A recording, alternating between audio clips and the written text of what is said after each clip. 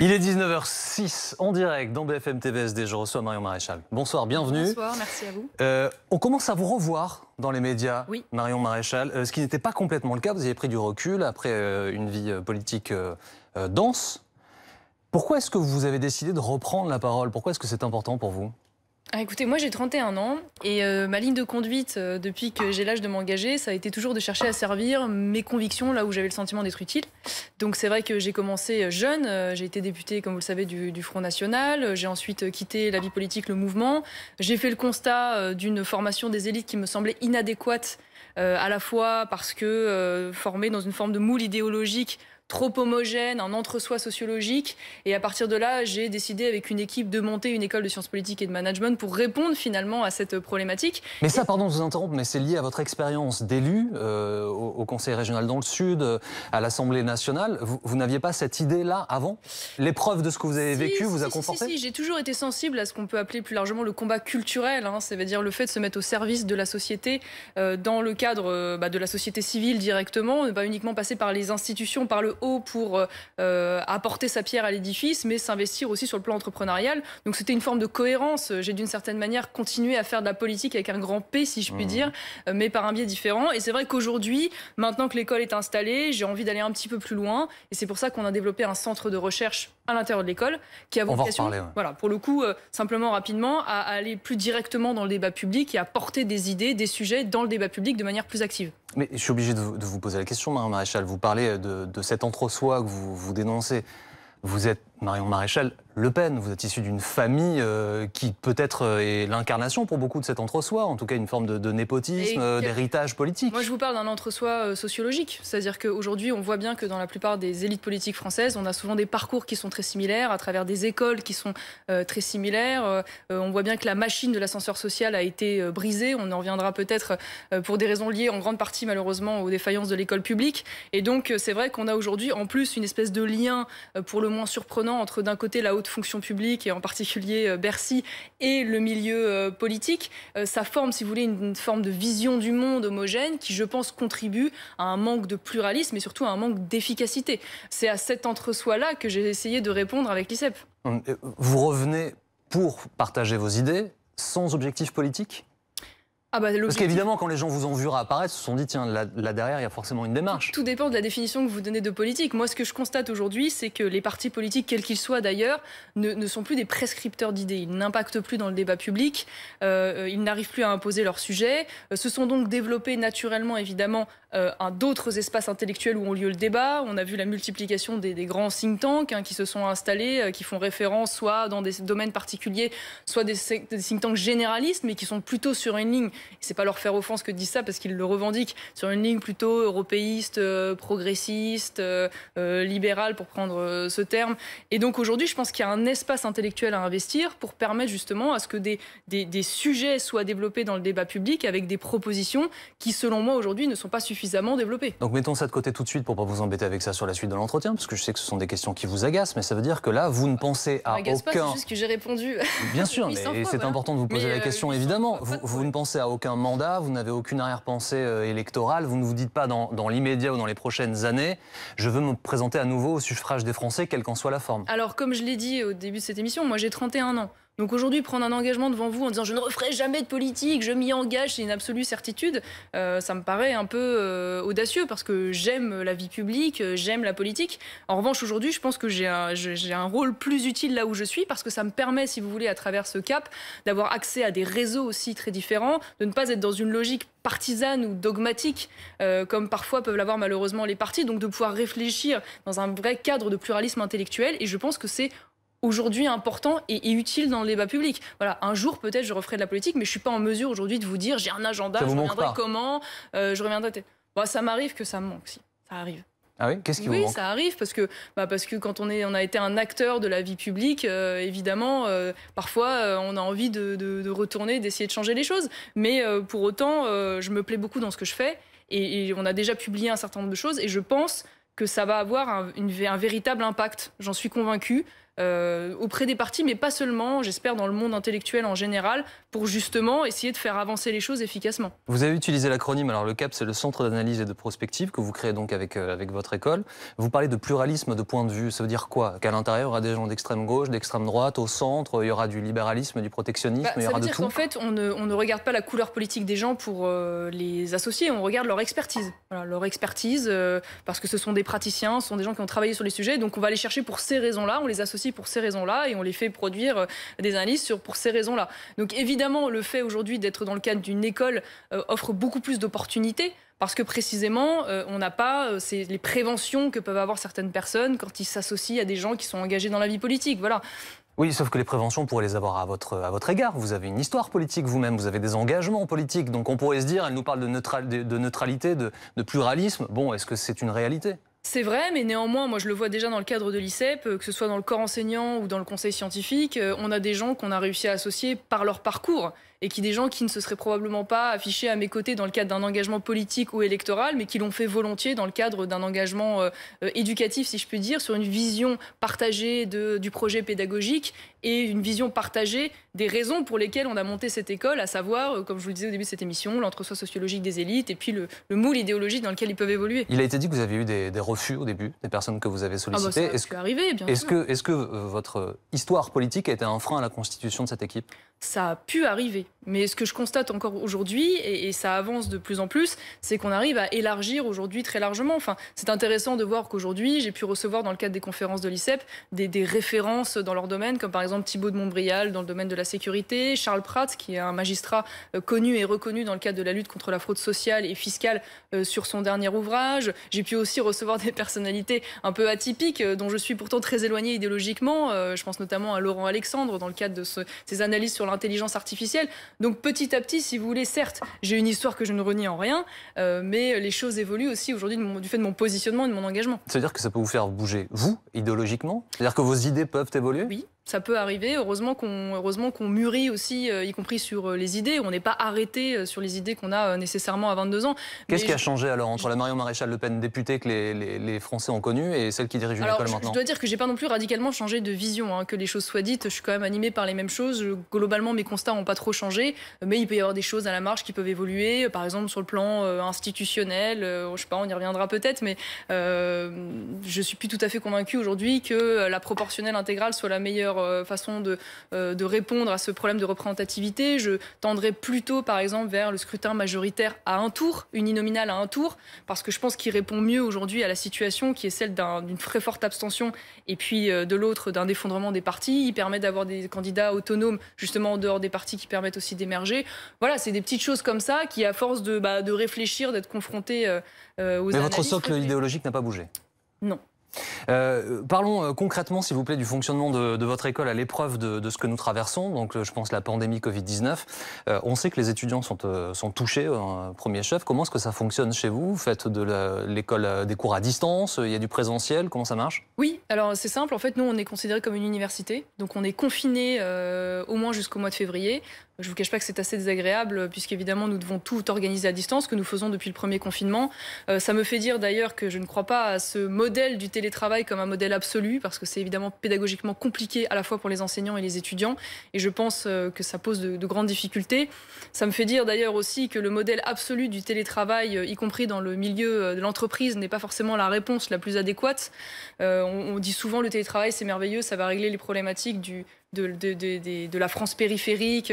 J'en suis pas tout à fait convaincue. Quand on discute avec des chefs d'entreprise, la plupart disent que c'est un modèle intéressant, complémentaire, 2-3 jours par semaine, mais qu'il y a quand même dans l'entreprise une vie informelle, une communication informelle, une culture d'entreprise, et que le modèle de je me lève le matin de mon lit à mon canapé en commandant Uber Eats le midi et en me passant de vie sociale la journée a quand même ses limites. Voilà. Donc je pense. Est-ce que ce n'est pas la manière la plus efficace de lutter contre la propagation du virus? Vous parlez de quelles limites? Des limites sociologiques, des limites épidémiologiques? Oui, je parle des limites sociales. Je veux dire, le basculement dans lequel on nous entraîne un peu, souvent pour des raisons économiques. On voit beaucoup de grandes écoles aujourd'hui d'entreprises vouloir passer totalement au modèle du télétravail. Je pense que c'est un modèle qui a ses limites en termes d'efficacité et sur le plan social. Pour venir sur la question de la crise du Covid-19, alors moi, là-dessus, j'ai une position un petit peu singulière parce que autant je peux comprendre et je peux excuser le premier confinement extrêmement drastique face à la méconnaissance finalement de ce virus, de ses évolutions, de ses conséquences, autant je n'ai pas du tout soutenu la mise en place d'un deuxième confinement. Je pensais qu'il y avait, déjà en grande partie parce qu'il n'y avait aussi pas d'études réelles, massives, fondées, qui pouvaient justifier que par exemple on ferme les théâtres ou on ferme les cinémas, quand dans le même temps, on le voit aujourd'hui, on continue d'ouvrir les magasins pour les vacances de Noël. Enfin, il y a quand même une forme d'incohérence. Et c'est vrai que j'avais été séduite par une initiative qui a été prise notamment au Royaume-Uni, une pétition qui a été signée par 33 000 scientifiques, qui est la déclaration du Great Barrington, et qui, elle, défend l'idée d'une protection ciblée, c'est-à-dire l'idée de laisser vivre la population qui n'est pas à risque normalement, en vue de laisser le virus se propager et puis d'arriver à une forme d'immunité collective, et en parallèle, identifier ce qu'on fait très bien aujourd'hui, les profils à risque, pour pouvoir mettre en place une forme de confinement ciblé, organisé, qui permet du coup évidemment de limiter la propagation. Il en a été question à un moment donné, notamment de nos aînés. Vous savez que la réponse a été assez claire.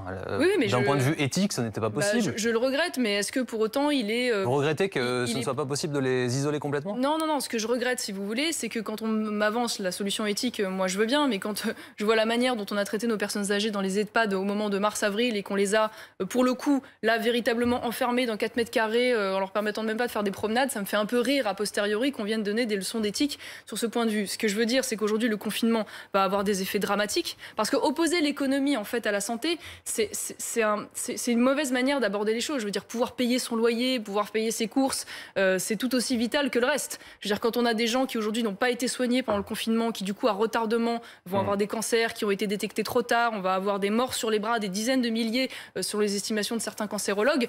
Je veux dire, on voit qu'il y a des conséquences qui sont tout aussi dramatiques. Je voudrais qu'on écoute Emmanuel Macron, s'il vous plaît, Oui. Maréchal Le Pen. Il est positif J'ai appris ça. à la Covid, en isolement à la lanterne. Il communique donc quotidiennement désormais, depuis hier. Hier un message, ce soir un message. Je voulais aussi vous passer un message pour vous, pour nous. Continuez vraiment à faire attention. Hier, j'ai été testé positif, ce qui montre que le virus vraiment peut toucher tout le monde, parce que je suis très protégé, je fais très attention, je respecte les gestes barrières, les distances, je mets le masque, je mets du gel hydroalcoolique de manière régulière, et malgré tout, j'ai attrapé ce virus. Peut-être, sans doute, un moment de négligence, un moment de pas de chance aussi, mais c'est ainsi. Un moment de négligence, c'est la première fois qu'Emmanuel Macron le dit. Il a manifestement contracté la Covid-19 au cours du sommet européen à Bruxelles la semaine dernière. Est-ce que c'est un moment de négligence selon vous? Bon, je pense qu'on ne peut pas empêcher le président de la République d'exercer ses responsabilités à plus haut niveau. Enfin, ça me paraît quand même compliqué. D'autant plus que moi, je viens de vous dire qu'à l'instant, que précisément, je pense qu'il faut retrouver un peu plus de liberté et garder des protocoles évidemment stricts, mais laisser plus de liberté aux gens et reprendre un semblant de vie normale. Donc je ne vais pas lui en faire le reproche. Ce qui me surprend un peu plus, c'est qu'on est en train de dire oui, on va essayer de retracer les gens qu'il a vus, mais normalement, de ce que j'ai compris, il a vu quand même des responsables politiques de haut niveau. J'ose imaginer qu'ils ont tous téléchargé l'application Stop Covid, puisqu'ils en ont fait tous la promotion. Donc normalement, ça aurait dû se faire de manière mécanique.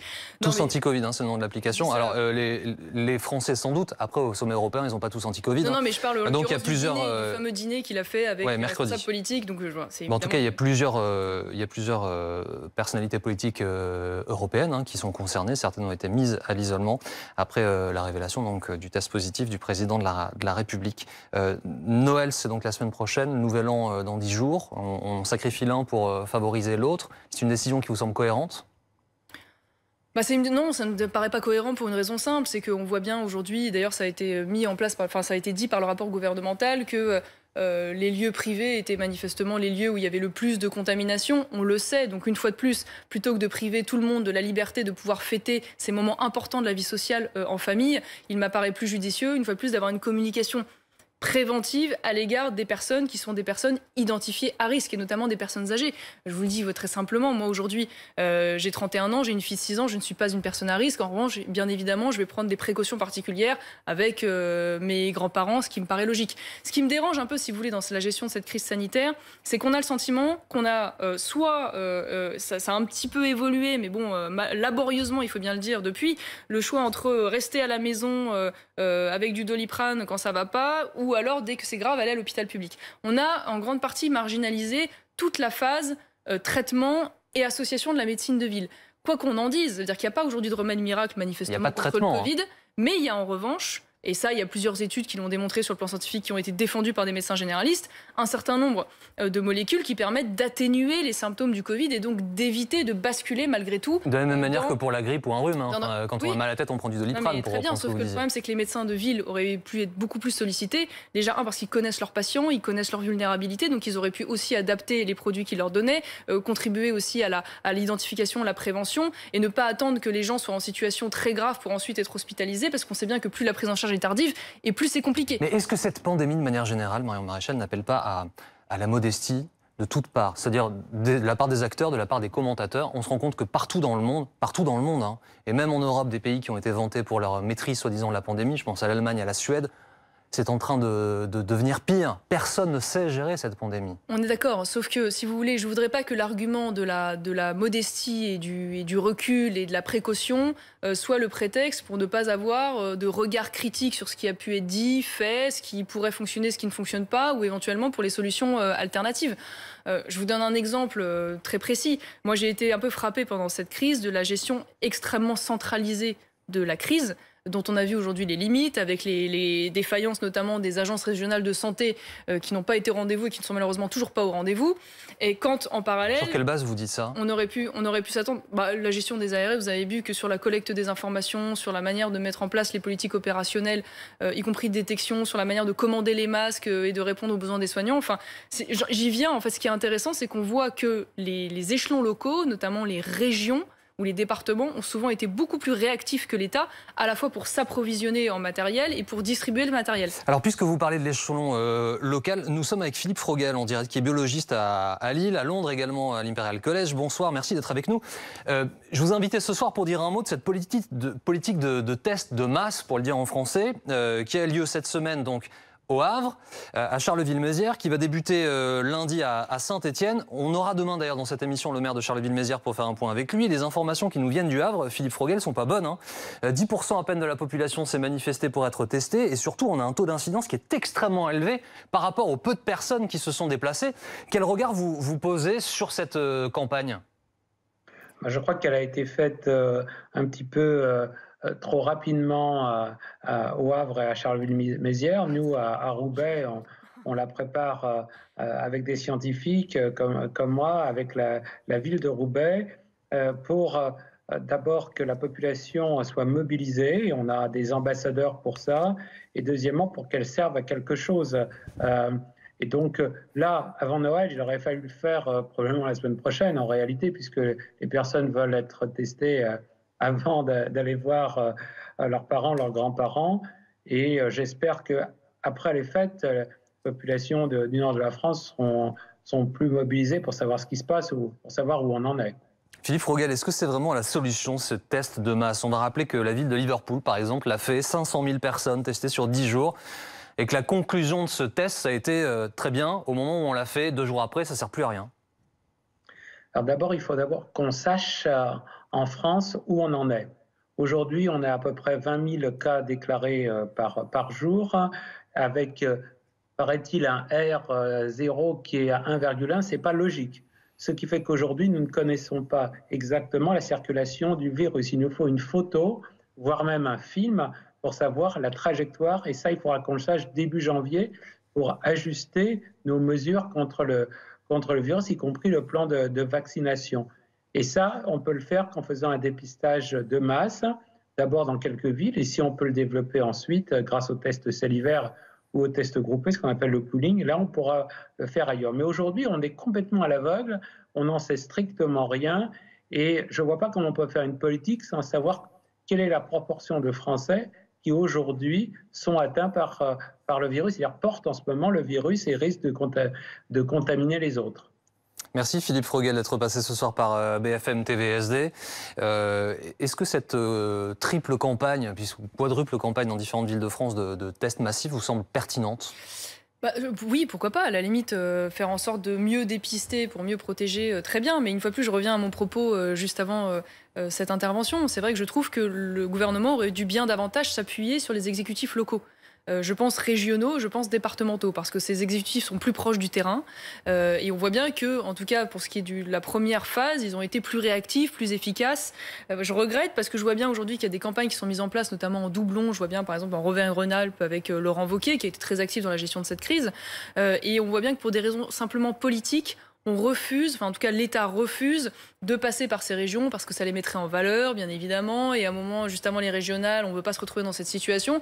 Donc on voit bien que les logiques électorales prennent le pas sur l'efficacité, et je trouve ça dommage, voilà. Le vaccin, donc la campagne devrait débuter à la fin du mois de décembre pour les personnes les plus vulnérables dans notre pays. En tout cas, ce sont les informations qui nous sont données par le Premier ministre, Jean Castex. Cette campagne de vaccination qui a débuté ailleurs, hein, dans le monde, est-ce que vous êtes confiante ? Alors écoutez, moi personnellement, je l'ai dit clairement, je pense que je ne me ferai pas vacciner. En tout cas pas dans l'immédiat, parce que j'estime en tant que citoyenne avoir le droit d'avoir un peu de recul sur ce vaccin. Enfin, je rappelle qu'un vaccin c'est 10 mois normalement, 10 ans pardon, de développement. Aujourd'hui on est 8 mois de développement.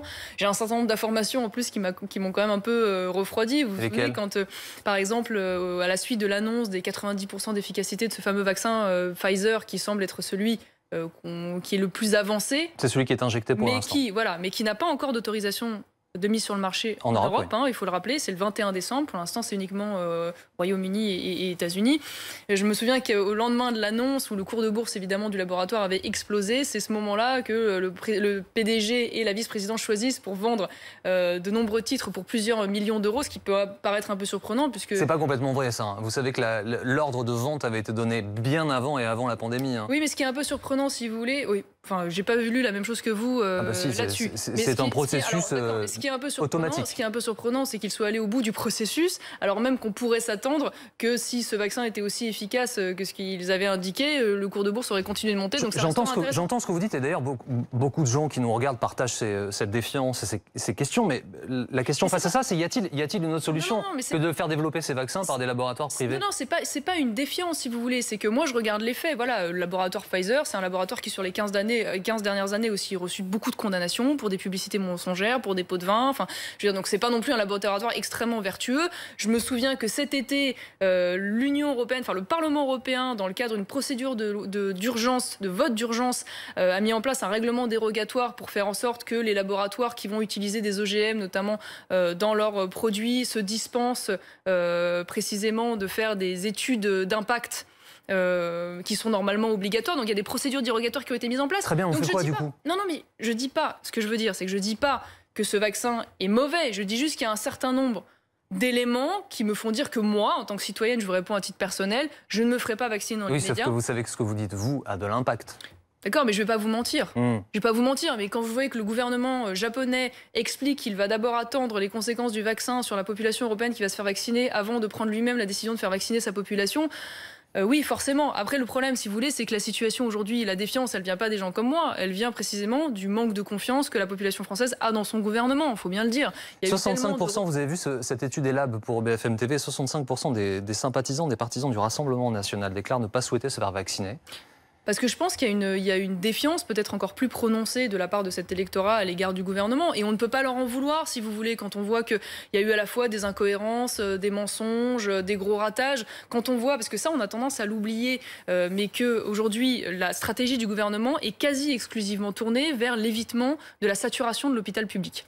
Or, aujourd'hui, l'hôpital public est dans cette situation, bon, pour plusieurs raisons, on pourra peut-être y revenir, entre la tarification à l'activité qui les a mis en grande difficulté, la techno-bureaucratie qui aujourd'hui est à l'œuvre, les montants considérables qui sont dédiés, mais qui sont malheureusement peu orientés vers le soin et la recherche, mais vers une administration qui est plus importante que dans les autres pays européens. Et tout ça, si vous voulez, c'est le résultat de gens qui ont été aux affaires, dont précisément notamment Madame Bachelot et également notre Premier ministre Jean Castex. Donc si vous voulez qu'aujourd'hui ces gens-là soient obligés de gérer les conséquences des politiques qu'ils ont mis en place depuis 15 ou 20 ans, comprenez aussi qu'il y a une défiance légitime de la part des Français et en particulier sur cette question du vaccin. Alors une des conséquences de cette pandémie, ce sont les possibles plans sociaux à venir dans beaucoup d'entreprises françaises. Je pense surtout aux PME, aux TPE qui constituent le plus gros du tissu économique dans notre pays. Comment fait-on pour l'éviter selon vous ? C'est pour ça que je vous disais que moi je suis pour un retour à la vie normale économique tout de suite, parce que c'est pas tout si vous voulez distribuer des chèques et des aides, encore faut-il que la demande reparte et que les clients reviennent. Donc ça c'est aussi un climat de confiance et un climat de normalisation qui doit s'installer. Moi ce que je regrette, si vous voulez, c'est qu'aujourd'hui il n'y ait pas de véritable bilan qui soit tiré, d'opportunités qui soient tirées de la situation monétaire qui nous permet donc aujourd'hui de nous endetter à très bas prix pour pouvoir précisément faire en sorte que cette dette ne soit pas simplement une dette de distribution de chèques à tout va, qui peuvent se justifier par ailleurs, en l'occurrence en soutien immédiat d'urgence, mais soit aussi des démarches d'investissement importantes dans des secteurs d'avenir. Je pense notamment à la recherche, je pense à tous les secteurs liés à l'innovation, je pense aussi, pourquoi pas, à la défense d'ailleurs, qui est quasiment absente de ce plan de relance, alors que c'est un levier économique. Il y a par exemple l'écologie, qui est un des leviers utilisés par ce gouvernement, et qui répond a priori à ce que vous dites. Oui, alors le problème c'est que, si je vais juste 2 secondes sur la défense, ce qui est intéressant, parce que c'est important pour bien comprendre le raisonnement, c'est que c'est un secteur qui est intéressant. Pourquoi ? Parce qu'il est vecteur de grandes innovations, et souvent les innovations militaires passent dans le civil. Que 2, il travaille avec énormément de sous-traitants français. Ce qui n'est pas toujours le cas, et notamment dans l'écologie, parce que quand vous investissez dans l'écologie, si c'est pour aller financer les panneaux solaires chinois qui sont ensuite importés en France, puisque l'industrie du panneau solaire français, qui était pourtant plus performant, a été détruite par la concurrence chinoise, si vous voulez, c'est de l'argent que vous investissez, mais c'est de l'argent qui sort. C'est un peu ce qui était arrivé à Nicolas Sarkozy, d'ailleurs, à la suite du grand choc économique planétaire qui avait été suivi. 2008, c'est qu'ils avaient investi massivement de l'argent, mais c'était de l'argent qui était finalement du financement de l'importation.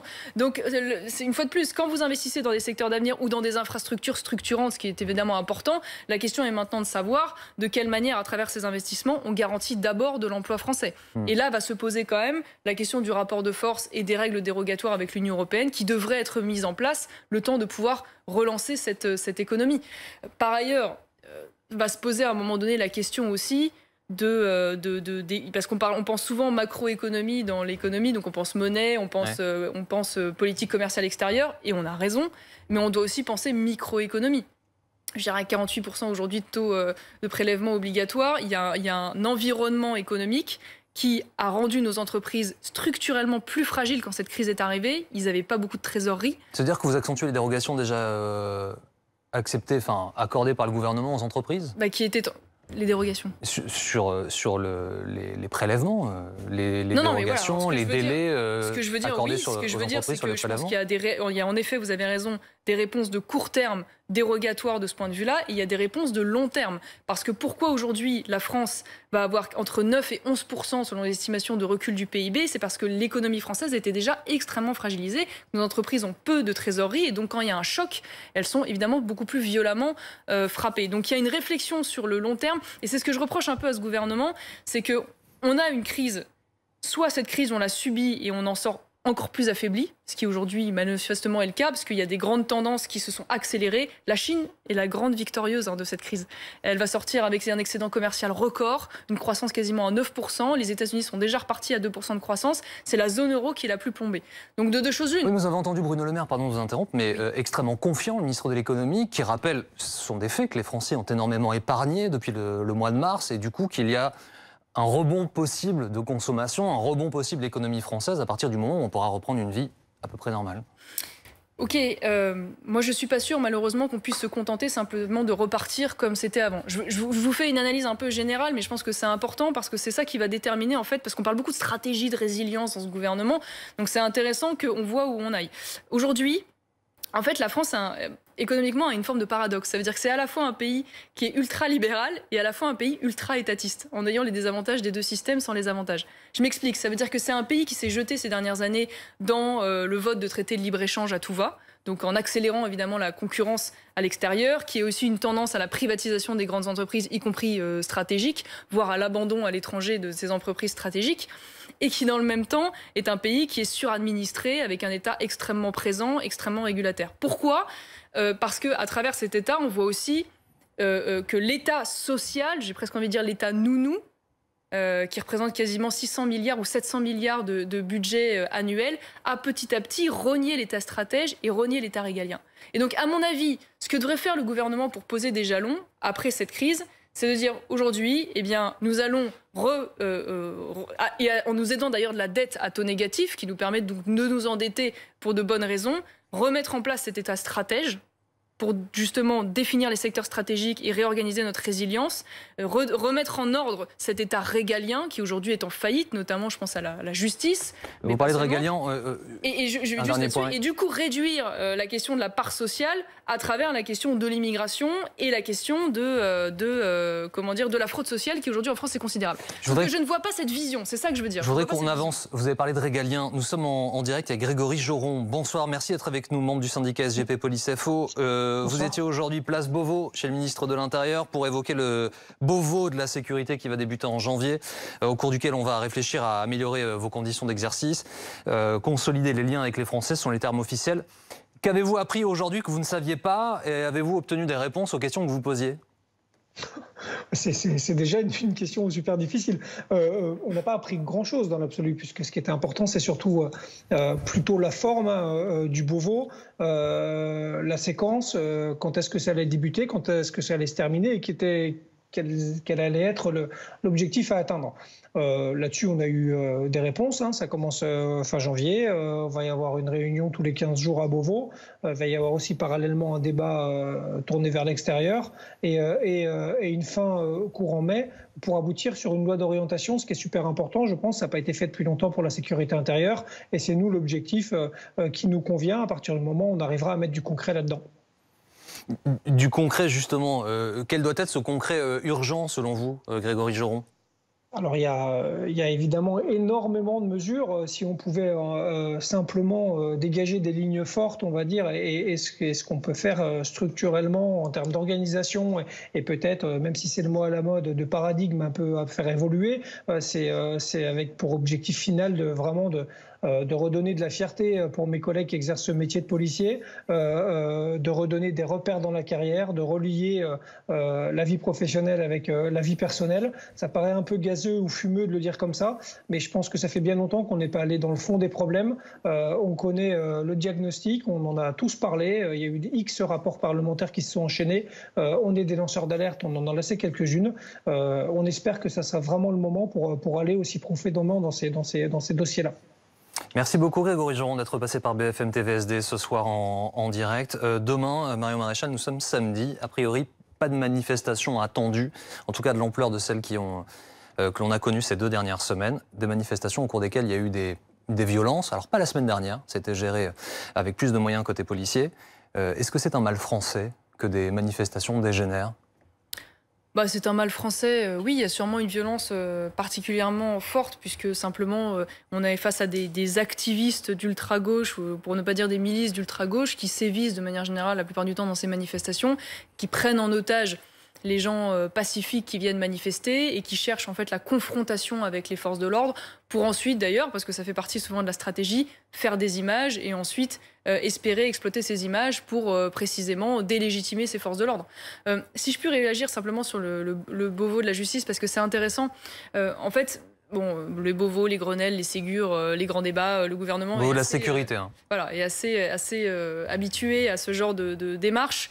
Pourquoi pas? Mais ce qui me paraît étonnant, c'est que, et d'ailleurs ça a été dit par votre intervenant, c'est que souvent les problématiques sont bien identifiées. D'ailleurs, quand Gérald Darmanin parle des 7 péchés capitaux, expression surprenante par ailleurs, on voit bien que la police, il y a un problème de formation initiale qui est trop courte, il y a un problème de formation continue qui n'est pas assez suivi, il y a un problème probablement de laxisme dans le recrutement depuis 2015, il y a un problème de moyens, en effet, sur certains territoires, il y a un problème probablement aussi législatif dans le cadre de la question de la légitime défense, qui aujourd'hui, sur le plan jurisprudentiel, ne permet pas aux policiers de pouvoir se défendre avec sérénité, même quand leur vie est menacée. Mais en revanche, il y a toujours un point qui est complètement absent de cette réflexion sur le malaise policier, c'est la justice. Alors, pardon, je reviens pour être très concret sur ce que vous venez de dire, les points que vous avez évoqués. Vous dites depuis 2015, il y a probablement, pour reprendre vos mots, un laxisme sur le recrutement. Mais la France est confrontée depuis 2015 à une situation qu'elle n'a jamais connue, avec une crise terroriste sans précédent, une crise sanitaire. Donc, il faut recruter, on a besoin des forces de l'ordre. On sait que les RTT cumulés, les congés payés non accordés sont colossaux dans les forces de l'ordre. Comment pouvait-on faire pour à la fois assurer la sécurité des Français tout en ayant suffisamment de demandes de force de l'ordre. l'ordre. D'accord avec vous. En l'occurrence, depuis 2015, en termes de recrutement, on est passé de 1 recrutement par an avec 2% d'admis à 2 recrutements par an avec 16% d'admis, sauf que dans le même temps, on a réduit la formation initiale. C'est-à-dire qu'on est passé de 12 mois à 8 mois. Donc évidemment, ça pose une problématique. Et parce qu'il y a un contexte explosif, c'est-à-dire que vous avez en France une augmentation de l'insécurité, vous avez à peu près toutes les 30 minutes un refus d'obtempérer, et vous avez en face de ça une profession policière qui se précarise et qui est de moins en moins bien formée. Donc évidemment, tous les ingrédients sont là pour évidemment entraîner des situations problématiques. Donc je reviens juste sur la question de la justice parce que c'est très important. C'est-à-dire qu'une grande partie du malaise de la profession des policiers, elle vient de l'effondrement de la chaîne pénale. Ça veut dire le sentiment qu'ils ont de travailler pour rien. C'est-à-dire qu'ils attrapent des gens, ils les défèrent, ils font en sorte qu'ils puissent être déférés devant la justice et le plus souvent, ça n'est pas suivi efficacement. En concret, on fait comment? On construit des prisons?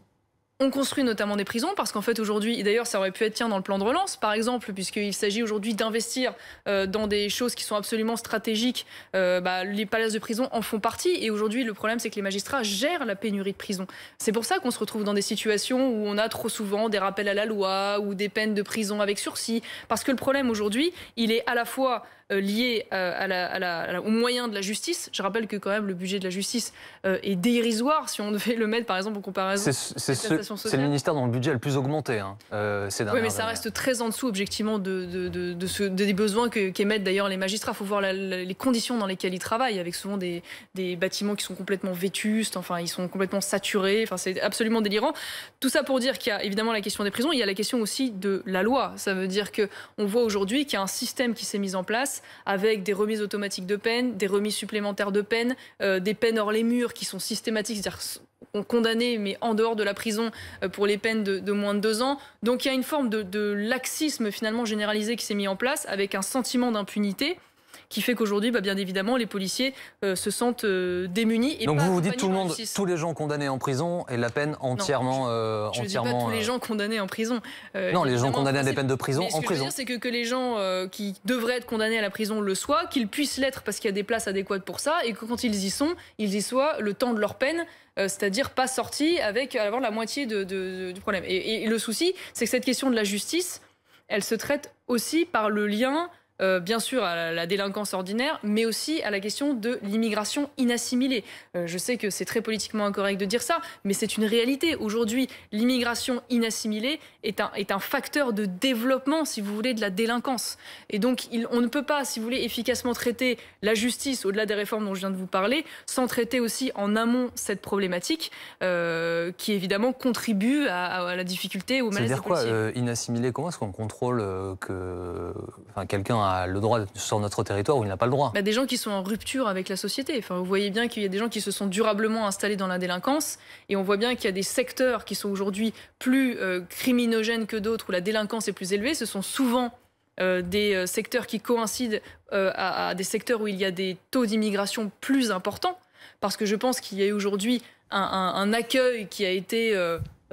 mal géré dans les années à venir, qui fait qu'on a accueilli et on a donné la nationalité française de manière beaucoup trop aisée et où on a aujourd'hui un phénomène qui consiste à avoir des 3e ou 4e générations qui sont parfois moins assimilés que ne l'ont pu l'être leurs parents. Ils sont français pour le coup. Du fait du communautarisme. Oui, je suis d'accord avec vous, mais quand on voit aujourd'hui qu'on a ce phénomène de difficulté d'assimilation, voire de désassimilation, peut-être la première chose à faire est déjà de réduire drastiquement les entrées légales pour commencer à gérer cette problématique qui va évidemment directement aussi impacter derrière la question de... Un dernier mot là-dessus, Gérald Darmanin affirme que personne avant lui n'a expulsé autant de gens. Oui, d'accord, mais enfin, les chiffres restent dérisoires par rapport aux entrées illégales sur le territoire. Et avant d'expulser les gens, peut-être faudrait-il se poser la question des filières qui aujourd'hui contribuent à cette immigration illégale. Parce qu'on sait très bien qu'une fois que les gens sont sur le territoire français, les marges de manœuvre pour les expulser sont extrêmement compliquées parce que d'ailleurs les pays d'origine ne sont pas toujours ne sont pas toujours d'accord, si vous voulez, pour accueillir de nouveau leurs ressortissants. Donc la question maintenant, c'est de savoir qu'est-ce qui contribue aujourd'hui à l'immigration illégale. Les filières d'immigration de mineurs isolés, les filières sanitaires en sont, la filière du droit d'asile en est une aussi. Voilà, donc comment on s'attaque à ça? Comment on s'attaque aux filières de passeurs? En parlant d'immigration et de frontières, évidemment, vous suivez les discussions entre le Royaume-Uni, enfin la Grande-Bretagne et l'Union européenne. Pour l'instant, c'est no deal sur le Brexit, même si les discussions se poursuivent. Il y a une application concrète, ce sont les accords du Touquet. Je l'ai déjà expliqué sur ce plateau, je vais le rappeler, ces accords signés début des années 2000 qui font que la frontière britannique se trouve à Calais, contre rémunération. La France gère cette frontière avec des conditions sanitaires, des conséquences sanitaires qui sont souvent dramatiques pour les personnes qui se trouvent retenues à Calais. Que doit-on faire selon vous? Est-ce que s'il n'y a pas de deal, on dit ça n'est plus à nous de gérer ça? Moi, je ne suis pas pour ne plus avoir de relations avec le Royaume-Uni. Il faut rappeler que le Royaume-Uni, c'est quand même le 5e partenaire commercial de la France. C'est le pays avec lequel on a le plus grand excédent commercial au sein de l'Union européenne, enfin ex-Union européenne en ce qui concerne le Royaume-Uni. Donc je pense que je trouve que Emmanuel Macron n'a pas été très intelligent en ayant une position extrêmement radicale vis-à-vis du Royaume-Uni. Il y avait quand même cette tendance à vouloir d'une certaine manière punir le Royaume-Uni d'avoir choisi le Brexit, et la volonté à travers cet exemple donné du refus finalement d'une position constructive de ne pas encourager d'autres pays qui seraient éventuellement tentés par la sortie. Je pense que c'est une grave erreur. Ça veut dire que malgré tout, on a besoin du Royaume-Uni et le Royaume-Uni a besoin de nous. Donc moi, je regretterais qu'il n'y ait pas de deal de sortie. S'il n'y a pas d'accord... S'il n'y a pas de deal, ça veut dire, faut être concret pour nos téléspectateurs, un retour des droits de douane, un retour des taux d'importation... On revient sur les règles de l'Organisation mondiale du commerce. Il pourrait en effet, selon d'ailleurs le souhait du Royaume-Uni, de nouveau avoir des droits de douane. Là, ce qui m'interpelle, si vous voulez, c'est que si on arrive à cette situation, il serait judicieux peut-être que le gouvernement conseille et accompagne les 30 000 entreprises françaises qui exportent au Royaume-Uni, ce qui aujourd'hui n'est pas le cas. Elles sont dans le flou complet. Il y a peut-être un travail d'accompagnement à réaliser. Il y a aussi, à mon avis, une nécessité de la part de la France de continuer des accords bilatéraux très forts sur le plan éducatif de l'enseignement supérieur et de la défense, parce que le Royaume-Uni est un partenaire de défense privilégié au sein de l'Europe pour la France. Donc moi, j'espère que si deal il n'y a pas, du fait en partie de la responsabilité, de la radicalité de la position du gouvernement français, j'espère qu'on continuera quand même à avoir des traités bilatéraux très poussés avec le Royaume-Uni, parce qu'on en a besoin et que c'est évidemment tout à fait justifié. Je voudrais parler un petit peu de politique, s'il vous plaît, Marion Maréchal. C'est vrai que jusqu'ici, on n'en a pas du tout parlé de politique. Non, mais politique un peu plus politicienne. Ah oui.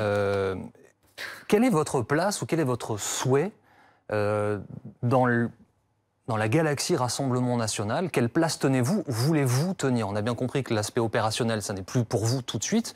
Est-ce que vous restez là, quelque part, conseillère? Est-ce que vous avez des discussions? Est-ce que vous souhaitez le faire? Alors, pas du tout, parce qu'en fait, moi, je ne suis plus aujourd'hui au Rassemblement National. Donc, je n'ai pas ma carte, je ne suis plus dans les instances dirigeantes. Donc, je ne me considère pas comme dans la galaxie Rassemblement National, même si je renie rien de mon engagement passé. Mais je n'ai pas vocation aujourd'hui à m'investir au bénéfice du Rassemblement National plus qu'au bénéfice d'un tel ou d'un tel. C'est-à-dire qu'avec le centre de recherche, je m'adresse à tous ceux qui veulent bien l'entendre et à tous ceux qui sont des acteurs de la vie publique. D'une manière ou d'une autre, d'ailleurs, pas forcément par le biais électoral. Donc je me tiens à distance, je n'attends rien de particulier, je suis dans un couloir différent et pour l'instant, bon, écoutez, ça marche plutôt bien. Est-ce que l'objectif de ce cap, c'est par exemple d'agréger des idées qui pourraient servir à terme, peu importe l'horizon, à une candidature de droite? Je sais que vous avez cette idée, vous avez souvent parlé de cette idée que la victoire passerait par une forme d'union des droites, un certain nombre de droites. Est-ce que c'est une idée sur laquelle vous continuez de travailler? Alors, ça sert, une fois de plus, à qui veut l'entendre. Il est évident que les élections présidentielles, enfin l'agenda qui a été le nôtre n'est pas totalement indifférent au contexte. C'est-à-dire que les élections présidentielles sont un moment de débat, d'émulation intellectuelle, d'émulation politique. Donc c'est un moment propice justement pour mettre des sujets sur la table et provoquer le débat sur ces sujets. Et je l'espère que derrière, les partis puissent se positionner dessus ou s'en emparer. Voilà. Mais une fois de plus, c'est une démarche indépendante et je pense que cette indépendance est la garantie de son efficacité aussi d'une certaine manière, de pouvoir justement contribuer à dialoguer et à pouvoir s'adresser à tous, chose que je ne pourrais pas faire une fois de plus si j'avais un engagement électoral aujourd'hui dans un parti. Plutôt des sollicitations que vous imagineriez venant de droite, ou vous pouvez imaginer que quelqu'un à gauche vienne vous chercher? Ça paraît quand même hautement improbable. Peut-être que des gens de gauche liront nos analyses, je le souhaite. Comment dire, les gens qui arrivent sur le site du CAP, évidemment, ne sont pas sélectionnés à l'entrée. Bon, après, ne soyons pas naïfs. Il est évident qu'eu égard à mon parcours et ma sensibilité malgré tout et les sujets sur lesquels on va aller, a priori, ce serait plutôt les acteurs politiques de droite au sens très large qui pourraient être le public le plus évident. Mais bon, j'espère que ça ne s'arrêtera pas à ça. Du coup, vous n'avez pas répondu à ma question. Est-ce que là, je parle à l'observatrice que vous êtes, est-ce que vous pensez qu'un candidat unique d'une forme de droite est la meilleure garantie pour cette tendance politique-là de l'emporter au cours de l'élection présidentielle? C'est un secret pour personne que l'union de la gauche a fait sa victoire et que la division de la droite a plutôt contribué à la victoire de la gauche. Enfin, je veux dire, ça c'est un calcul mathématique, il ne faut pas être Einstein pour arriver à cette conclusion-là. Donc il est évident, mais là je parle par rapport aux positions que j'ai pu prendre par le passé. J'ai toujours été de celles qui ont plutôt essayé de contribuer à un rapprochement, non pas de partis, parce que je pense que c'est utopique, et puis bon, ça se justifie pas, mais en tout cas de personnes au sein de ces partis, parce que je pense que les partis vivent sont des êtres vivants, et dedans il y a des courants différents, il y a des parcours différents, et que je ne voyais pas de raison à ce qu'on ne puisse pas travailler avec des gens qui, sur une grande partie des sujets, sont en accord avec les positions qui étaient celles du Rassemblement national à l'époque. Voilà. Donc là-dessus, j'ai pas changé d'avis sur le principe, si vous voulez. Après, c'est pas mon rôle aujourd'hui que d'aller chercher les gens pour tenter de faire ça. Enfin, c'est pas moi qui fais aujourd'hui la stratégie du Rassemblement national, comme je fais pas la stratégie des LR, j'aurais pas cette prétention. Donc maintenant, libre à eux d'avancer comme ils le souhaitent. Justement, un dernier mot à ce sujet. Pour préparer cet entretien, j'ai évidemment lu, regardé beaucoup de choses. Et à chaque fois que vous venez sur un plateau télé, vous êtes invité à la radio et vous êtes posé la question de Marine Le Pen et de votre soutien à sa candidature. Et étrangement, j'avoue, j'ai été surpris, à aucun moment vous n'avez dit, jusqu'à maintenant, clairement, je soutiens sa candidature à l'élection présidentielle. Pourquoi? Ah bah non, je ne l'ai pas dit et toutes les raisons que je viens de développer à l'instant. C'est-à-dire que ça n'aurait pas de sens aujourd'hui que je me lance dans ce centre de recherche et dans cette école si je devenais le soutien ou la militante ou la porte-parole ou la porte-voix de tel ou tel candidat. Donc je pense que, une fois de plus, la garantie de notre efficacité et du fait que nous soyons audibles très largement tient au fait qu'aujourd'hui je ne me mette pas au service d'un candidat ou d'un parti. Donc ce n'est pas ce que je ferai au moment des élections présidentielles, ni pour Marine Le Pen, voilà. Merci Marion Maréchal d'avoir accepté à notre invitation ce soir dans BFM TV.